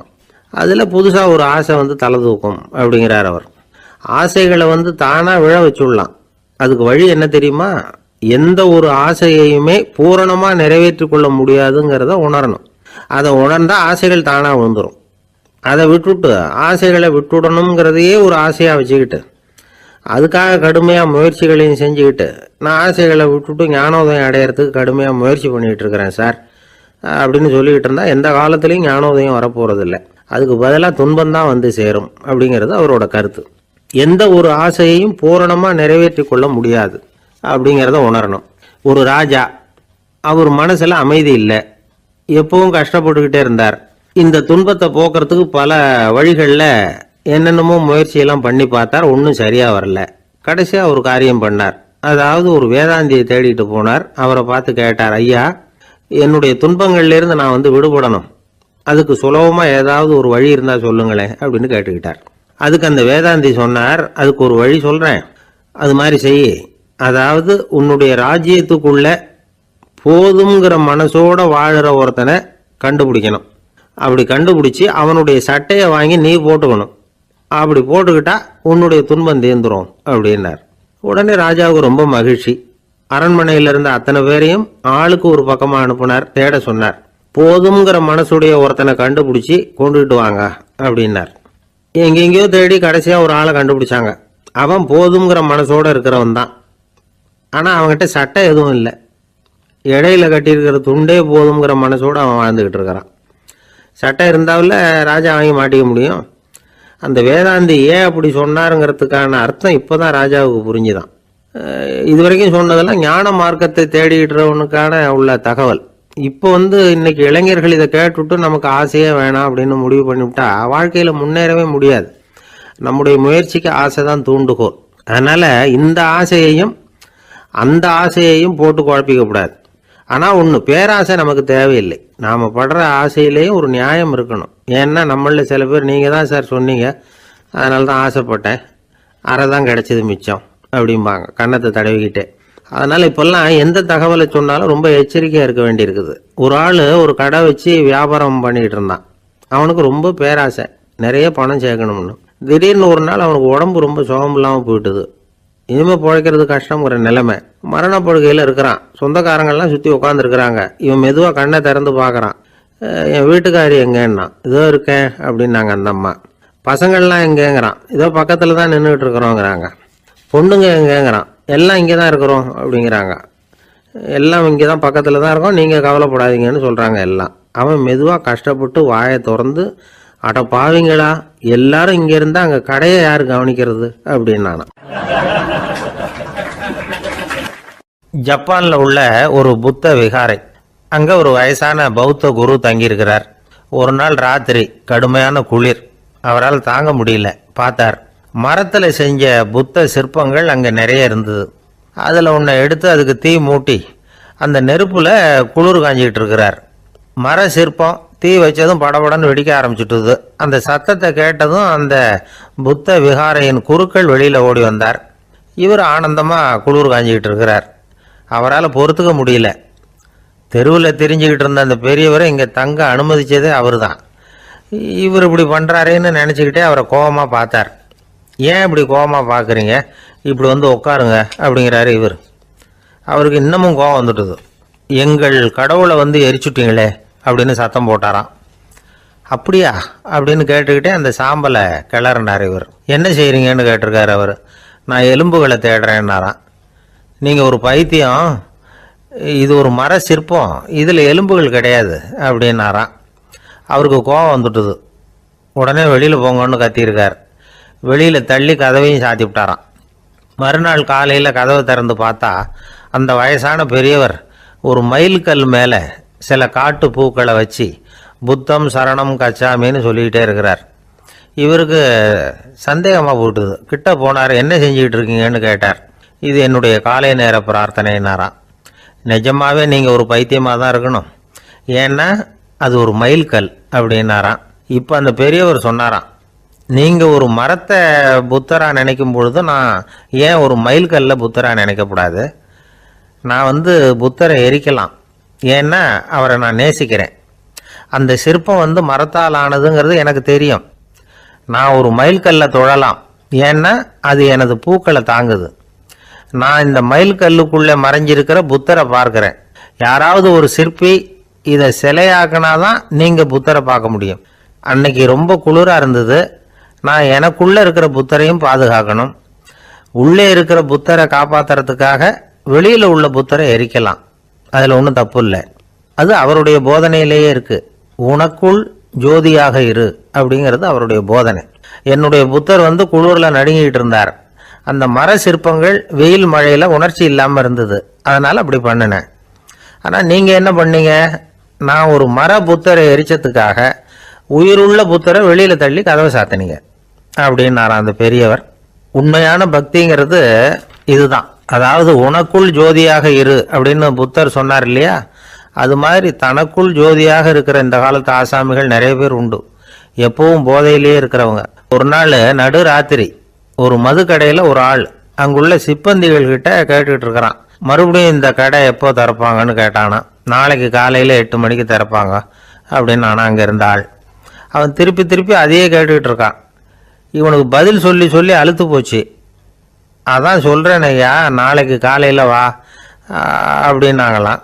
அதுக்கு இவன், நான் வர்றதுக்காக கேட்கலையா, நேத்திக்கு வந்தவன் உள்ளேயே மாட்டிக்கிட்டேன், வெளியில் போகிறதுக்காக கேட்டேன் அப்படின்னானான்.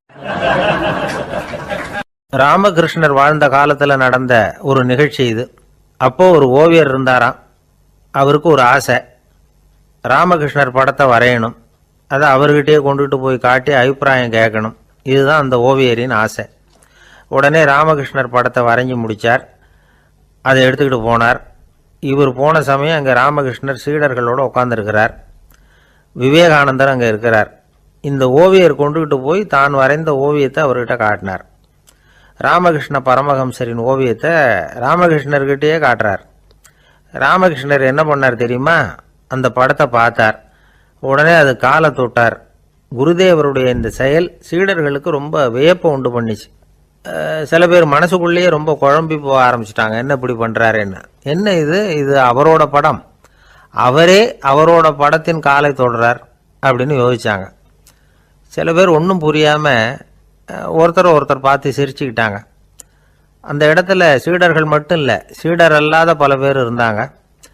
தன்னுடைய காலை தானே தொடர இவருடைய செயல் பற்றி என்ன நினைக்கிறது அப்படின்னு அவங்களும் குழம்பி போய் நிற்கிறாங்க.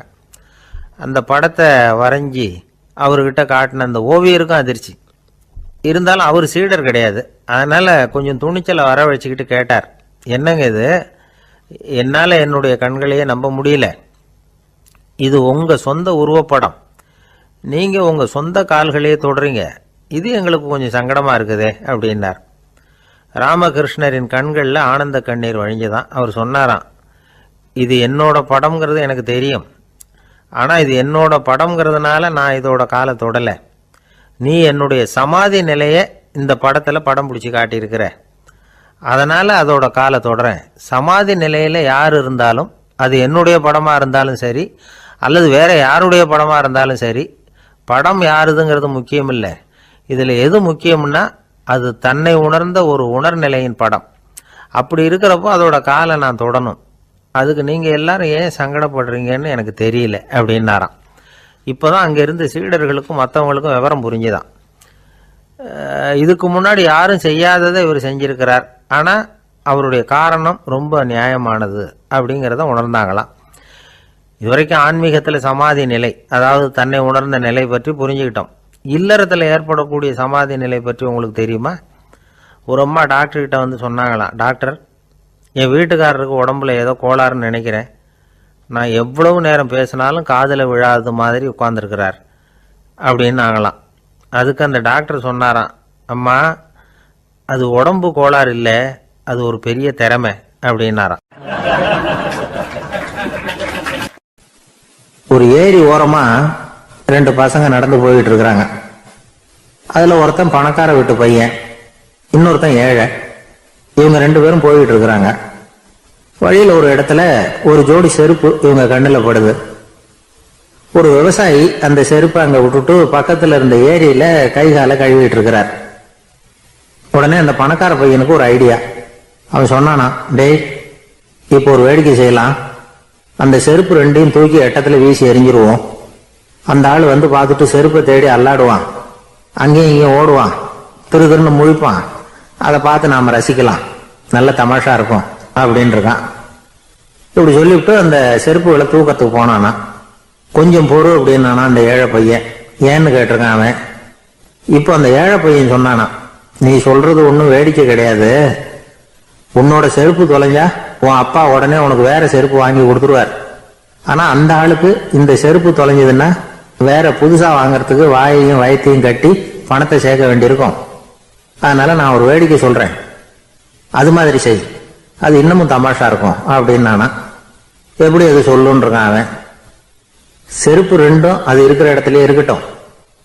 உன் சட்டப்பையிலிருந்து ஒரே ஒரு ரூபாய் நாணயத்தை எடு, அதை அந்த செருப்பு மேல அதோட குதிகால் பகுதியில வச்சுட்டு நாம 2 பேரும் அந்த மரத்துக்கு பின்னாடி ஓடி போய் மறைஞ்சு நின்னுக்குவோம். அப்புறம் பாரு வேடிக்கைய அப்படின்னா. அதே மாதிரி ரூபாய் காசு செருப்பு மேல வச்சுட்டு இவங்க 2 பேரும் மறைஞ்சு நின்னுக்கிட்டாங்க. கொஞ்ச நேரத்துல அந்த விவசாயி வந்தார்.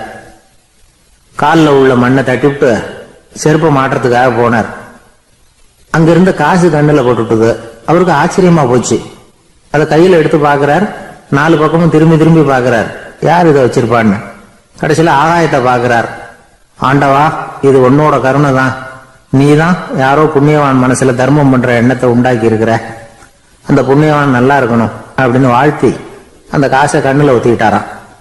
மறைஞ்சிருந்து பார்த்துக்கிட்டு இருந்த ஏழை பையன் இப்படி சொன்னான், பாத்தியா, உன்னை புண்ணியவான்னு வாழ்த்தி விட்டு போறார் அந்த ஆள். அவருக்கும் சந்தோஷம், அதை பார்த்து நமக்கும் சந்தோஷம். உனக்கு ரூபாங்கிறது ஒரு பெரிய விஷயம் இல்லை, ஆனா அதனால நமக்கு கிடைச்சிருக்கிற மகிழ்ச்சி ரொம்ப உயர்வானது அப்படின்னு நானா. வேடிக்கையும் கிண்டலும் இது மாதிரி அடுத்தவங்களுக்கு இடைஞ்சலா இல்லாம இருக்கணும் அப்படிங்கிறார் கலைவாணர். ஆனா பாருங்க, அவருக்கே இடைஞ்சலா வர்ற விஷயங்களை கூட அவர் வேடிக்கையா தான் எடுத்துக்கிட்டாராம். ஒரு தடவை ஒருத்தர் கலைவாணர் கிட்ட வந்து, ஐயா என் குழந்தை செத்து போச்சு அப்படின்னு சொல்லி அழுதாராம். உடனே இவர் அவருக்கு 100 ரூபாய் பணத்தை கொடுத்து, இந்தாங்க அடக்கம் செய்யுங்க அப்படின்னு சொல்லி அனுப்பி வச்சாராம். 1 வருஷம் கழிச்சு மறுபடியும் அதே ஆள் வந்திருக்கார். இவர் மறந்துருப்பாருங்கிற நினைப்புல, அண்ணே என் குழந்தை இறந்து போச்சுண்ணே அப்படின்னாராம். இவர் மறுபடியும் 100 ரூபாய் கொடுத்து ஆறுதல் சொல்லி அனுப்பி வச்சாராம். 7-8 மாசம் கழிச்சு மறுபடியும் அதே ஆள் வந்திருக்கார். அவர் வாயை திறக்கிறதுக்கு முன்னாடியே இவர் 100 ரூபாய் அவர் கையில வச்சு, போன 2 தடவை தான் குழந்தை செத்து போச்சு, இந்த தடவையாவது அதை சாகாம காப்பாத்தி விடு அப்படின்னு சொல்லி அனுப்பி வச்சாரா. அதுக்கப்புறம் அந்த ஆள் வர்றதே இல்லையா. எனக்கு தெரிஞ்ச ஒருத்தர் இருக்கார். அவரு ஒரு பெரிய காவல்துறை அதிகாரி, ரொம்ப கண்டிப்பானவர். அவரை கண்டாவே எல்லாரும் பயப்படுவாங்க. அப்படிப்பட்டவர் வீட்டுக்கு போனா அப்படியே அடியோட மாறிடுவார். அங்க போய் பாத்தீங்கன்னா குழந்தைகளோட குழந்தையா அவர் விளையாடிட்டு இருப்பார். அலுவலக சமயத்துல பாத்தீங்கன்னா குதிரை முதுகுல அவர் உட்கார்ந்துருப்பார். வீட்டுல பாத்தீங்கன்னா அவரு முதுகுல குழந்தை உட்காந்துருக்கும். அவரு குதிரை மாதிரி போயிட்டு இருப்பார். இது எப்படிங்க முடியுது உங்களால அப்படின்னு கேட்டாங்க. அது ஒண்ணுமில்ல, இங்க வீட்டுக்கு வந்த உடனே என்னோட மனசை தனியா எடுத்து வச்சிருவேன் அப்படின்னார். அது என்னங்க உங்க சட்டப்பையிலியா இருக்குது மனசு, அது தனியா எடுத்து வைக்கிறதுக்கு அப்படின்னு கேட்டாங்க. அப்படி இல்லைங்க, இது ஒரு பயிற்சி, மனப்பயிற்சி, அவ்வளவுதான் அப்படின்னார். இப்படி சமயம் பார்த்து மனசை தனியா வச்சுவிட தெரிஞ்சவங்க வாழ்க்கையில எப்பவும் உற்சாகமா இருப்பாங்க அப்படிங்கிறது பெரியவங்க கருத்து. ஒரு டாக்டர் ஆஸ்பத்திரியில் இருக்கிற வரைக்கும் டாக்டரா இருக்கலாம். அவர் மனைவிகிட்டையும் அவர் டாக்டரா இருக்க வேண்டிய அவசியம் இல்லை. ஒரு வக்கீல் கோர்ட்ல இருக்கிற வரைக்கும் வக்கீலா இருக்கலாம். வீட்டுக்கு வந்ததுக்கு அப்புறமும் வக்கீலா இருக்க வேண்டிய அவசியம் கிடையாது. வீட்டுல குழந்தைகள் கிட்ட விளையாடும் பொழுதும் அதுகள்கிட்ட ஃபீஸ் கேட்டுக்கிட்டு இருக்கக்கூடாது. நாம எப்படி இருக்கணும்னு பெரியவங்க சொல்றாங்கன்னா, மனசோட சேரப்படாதான். அப்படி சேராம வாழ்க்கையை கவனிக்கணுமா. மனசை அப்படியே தனியா எடுத்து பக்கத்துல வச்சுடணும். அப்படின்னா அதை அப்படியே தூக்கி எறிஞ்சுடு அப்படின்னு அர்த்தம் இல்லை. ஏன்னா மனசுங்கிறது நமக்கு உபயோகப்படக்கூடிய ஒண்ணுதான். எப்ப எப்போ அது தேவையோ அப்பப்போ எடுத்து உபயோகப்படுத்திக்கணும். தேவைப்படுறப்போ எடுத்து கண்ணாடி மாட்டிக்கிறோம்ல, படிக்கும் பொழுது கண்ணாடி தேவைப்படுது, எடுத்து மாட்டிக்கிறோம் இல்லையா. அது மாதிரி கணக்கு போடுறதுக்கு மனசு தேவை. கடைக்கு போய் ஒரு பொருள் வாங்குறோம், காசு கொடுக்குறோம், மீதி சில்லறை சரியா இருக்கா அப்படின்னு எண்ணி பார்த்து வாங்க வேண்டியிருக்கு. அந்த சமயத்துல மனசை எடுத்து தனியா வச்சுட்டேன் அப்படின்னு சொல்லிட்டு இருக்க கூடாது. பரீட்சைக்கு படிக்க வேண்டியிருக்குது, படிச்சதையெல்லாம் அப்படியே நினைவுல வச்சுக்க வேண்டியிருக்கு. அந்த சமயத்துல மனசை தூக்கி எறிஞ்சுட்டேன் சார் அப்படின்னு சொல்லிட்டு இருக்க கூடாது. அப்படி சொன்னா பரீட்சை நம்மளை தூக்கி எறிஞ்சிரும். அதனால தேவைப்படுறப்போ மனசை உபயோகப்படுத்தணும், தேவையில்லாதப்போ அது தனியா ஓய்வு எடுத்துக்க விட்டுடணும். இப்படி நாம பழக்கப்படுத்திக்கிட்டா வாழ்க்கைங்கிறது நமக்கு புதுசா தெரியுமா. மனசுக்கும் ஒரு சக்தி கிடைக்கும். எந்திரங்களுக்கு ஓய்வு கொடுக்கற மாதிரி மனசுக்கும் ஓய்வு கொடுக்கணும், இல்லைன்னா அது களைச்சு போயிடும். குழந்தைகள் மனசை சுமந்துகிட்டு இருக்கிறது இல்ல, இது முதியவர்கள் குழந்தைகள் கிட்ட இருந்து கத்துக்க வேண்டிய ஒரு பாடம். ஆனாலும் இந்த கால குழந்தைகள் கிட்ட ரொம்ப எச்சரிக்கையா இருக்க வேண்டியிருக்கு. ஒரு தாத்தாவும் பேரனும் விளையாடிக்கிட்டு இருக்கிறாங்க. தாத்தா, எனக்கு சைக்கிள் ஓட்ட கத்து கொடு அப்படிங்கிறான் பேரன். சைக்கிள் உயரம் கூட இல்ல, அதுக்குள்ள சைக்கிள் ஓட்டணுமா அப்படின்னாரு தாத்தா. ஏன் தாத்தா, ரயில் ஓட்டுறாரு, அவர் என்ன ரயில் நீளமா இருக்கார் அப்படின்னு கேட்டானா அந்த பையன். இருக்கிறாங்க. அந்த வழியா போறவங்க வர்றவங்க எல்லாம் அந்த இடத்துல நின்று அது என்ன மண்டபம் அப்படின்னு விசாரிக்க ஆரம்பிச்சாங்க. அந்த அப்பாவும் பிள்ளையும் தான் வர்றவங்களுக்கு எல்லாம் விவரம் சொல்லிட்டு இருக்கிறாங்க. அதாவது இந்த இடத்துல ஒரு பெரிய மகான் சமாதி ஆயிருக்கார், அவர் சமாதியான இடத்துல இந்த நினைவு மண்டபத்தை கட்டி இருக்கிறோம் அப்படின்னாங்க. ஊரு பூரா இந்த செய்தி பரவிச்சு. நிறைய பேர் அந்த இடத்தை தேடி வர ஆரம்பிச்சாங்க. இங்க கொஞ்ச நேரம் உட்காந்துட்டு போனா மனசுக்கு ஒரு நிம்மதி கிடைக்குது அப்படின்னாங்க. அங்க இருந்த உண்டியல்ல நிறைய காசு போட்டுட்டு போறாங்க. பணம் கிடுகிடுன்னு நிறைய சேர ஆரம்பிச்சுட்டுது. பணம் நிறைய சேர்ந்த உடனே அந்த அப்பாவுக்கும் பிள்ளைக்கும் தகராறு வந்துட்டுது. பணம் சேர்ந்தாலே சொத்து தகராறு வரத்தானே செய்யும், அது மாதிரி வந்துட்டுது. பையன் அடிக்கடி நிறைய பணம் கேட்க ஆரம்பிச்சான். அப்பா பார்த்தார், யோசனை பண்ணார், ஒரு முடிவுக்கு வந்தார். ஒரு நாள் பையனை கூப்பிட்டார். இதை பாருப்பா, நமக்குள்ள தகராறு வேணாம். அப்பாவும் பிள்ளையும் இப்படி சண்டை போட்டுக்கிட்டா பாக்குறவங்க தப்பா நினைப்பாங்க. அதனால நமக்குள்ள சமரசமா இதை தீர்த்துக்குவோம், என்ன சொல்ற அப்படின்னார் அப்பா. சரி நான் பையன். உடனே அந்த அப்பா என்ன பண்ணார் தெரியுமா, மகன் கிட்ட கொஞ்சம் பணத்தை கொடுத்தார். தன்கிட்ட இருந்த ஒரு கழுதையையும் கொடுத்தார். இதை வச்சு நீ பொழைச்சுக்கோ அப்படின்னு சொல்லி அனுப்பி வச்சுட்டார். மகன் அந்த கழுதையை இழுத்துக்கிட்டு அடுத்த ஊருக்கு போனான். வழியிலேயே அந்த கழுதை செத்து போச்சு. உடனே என்ன பண்ணலாம்னு யோசனை பண்ணான். ஒரு ஐடியா வந்தது. அந்த கழுதைய ஒரு சாலை ஓரமா புதைச்சான். கையில் இருந்த பணத்தை வச்சு அந்த இடத்துல ஒரு கல் மண்டபம் கட்டினான். அந்த வழியா 2 பேர் வந்தாங்க. இது என்ன மண்டபம்னு விசாரிச்சாங்க. இந்த இடத்துல ஒரு பெரிய மகான் சமாதி ஆயிருக்கிறார் அப்படின்னா. இந்த செய்தி ஊர் பூரா பரவ ஆரம்பிச்சுட்டுது. நிறைய பேர் வந்து போக ஆரம்பிச்சாங்க. இங்க வந்தா மனசுக்கு ஒரு பெரிய நிம்மதி கிடைக்குது அப்படின்னு வேற சொல்ல ஆரம்பிச்சாங்க. வர வர கூட்டம் அதிகமா வர ஆரம்பிச்சுட்டுது. உண்டியல்ல பணம் நிறைய சேர்ந்துட்டுது. நகையெல்லாம் கூட கழட்டி காணிக்கையா போட ஆரம்பிச்சுட்டாங்க. அப்பாவை விட மகன் பெரிய ஆளாயிட்டான். இதை கேள்விப்பட்டார் அப்பா. பையனை பார்த்துட்டு வரலாம்னு ஒரு நாள் புறப்பட்டு வந்தார். பையன் ஓஹோன்னு இருக்கிறான். பங்களா, காரு எல்லாம் வந்துட்டுது. எப்படிடா இந்த அளவுக்கு ஆனே அப்படின்னு விசாரிச்சார். அப்பா, எல்லாம் உங்க ஆசீர்வாதம் தான். நீங்க கொடுத்த மூலதனத்தை வச்சுதான் இவ்வளவும் சம்பாதிச்சேன் அப்படின்னு நான் பையன். அது எப்படிடான்னு விசாரிச்சார். அப்பா, நீங்க ஒரு கழுத குட்டியும் கொஞ்சம் பணமும் என்கிட்ட கொடுத்து அனுப்பி வச்சுங்க. அதை எடுத்துக்கிட்டு வந்தேன். வர்ற வழியில அந்த கழுதை செத்து போச்சு. உடனே யோசனை பண்ணேன். அந்த கழுதையை இந்த இடத்துல புதைச்சேன். கையில் இருந்த பணத்தை வச்சு மண்டபம் கட்டினேன். மகான் ஒருத்தர் சமாதி ஆயிருக்கார் அப்படின்னு வதந்தியை கிளப்பி விட்டேன். ஜனங்கள்லாம் ஏமாந்து போய் காசை கொண்டாந்து போட ஆரம்பிச்சுட்டாங்க. நான் பொழைச்சிக்கிட்டு இருக்கிறேன் அப்படின்னா. இப்பதான்டா நீ என் புள்ள அப்படின்னு சொல்லி சந்தோஷப்பட்டாரான் அந்த அப்பா. ஏன் அப்படி சொல்றீங்கன்னு கேட்டிருக்கான் பையன். கழுத குட்டியை புதைச்சி மண்டபம் கட்டி இருக்கிற நீ, ஏற்கனவே நம்ம ஊர்ல நாம கட்டி இருக்கிறோமே மண்டபம், அது இந்த கழுதையோட அம்மாவை புதைச்ச இடம். மகான் சமாதி ஆயிருக்காருன்னு நானும் சும்மா கப்சா தான் விட்டுக்கிட்டு இருக்கேன் அப்படின்னாரான் அப்பா. முட்டாள் ஜனங்களை நினைச்சு அந்த 2 பேரும் சத்தம் போட்டு சிரிச்சாங்களாம். மனுஷனை மனுஷன் ஏமாத்துறது ரொம்ப சுலபம். என் கூட படிச்ச ஒருத்தன் திடீர்னு ஒரு நாள் எல்லாருக்கும் அருள் வாக்கு சொல்ல ஆரம்பிச்சுட்டான். அவன் ஒரு ஆபீஸ்லயும் வேலை பார்க்கறான். ஆபீஸ்ல உள்ளவங்க எல்லாம் அவங்ககிட்ட அருள் வாக்கு கேட்கறது வழக்கம். ஒரு நாள் நான் அவன் முன்னாடி போய் உட்காந்து பேசிக்கிட்டு இருந்தேன். அப்போ அதே ஆபீஸ்ல வேலை பார்க்கிற ஒருத்தர் அவங்ககிட்ட சுவாமி, என் மேஜையில வச்சிருந்த பேனா திடீர்னு காணாம போட்டுது, அது திரும்ப கிடைக்குமா எனக்கு அப்படின்னு கேட்டார். இவன் கண்ணை உருட்டி பார்த்துட்டு, அது உனக்கு கிடைக்காது, புதுசா வேற ஒண்ணு வாங்கிக்கப்போ அப்படின்னா. சரின்னு அவர் போயிட்டார். அவர் போனதுக்கு அப்புறம் நான் மெதுவா இவனை பார்த்து, அது எப்படிடா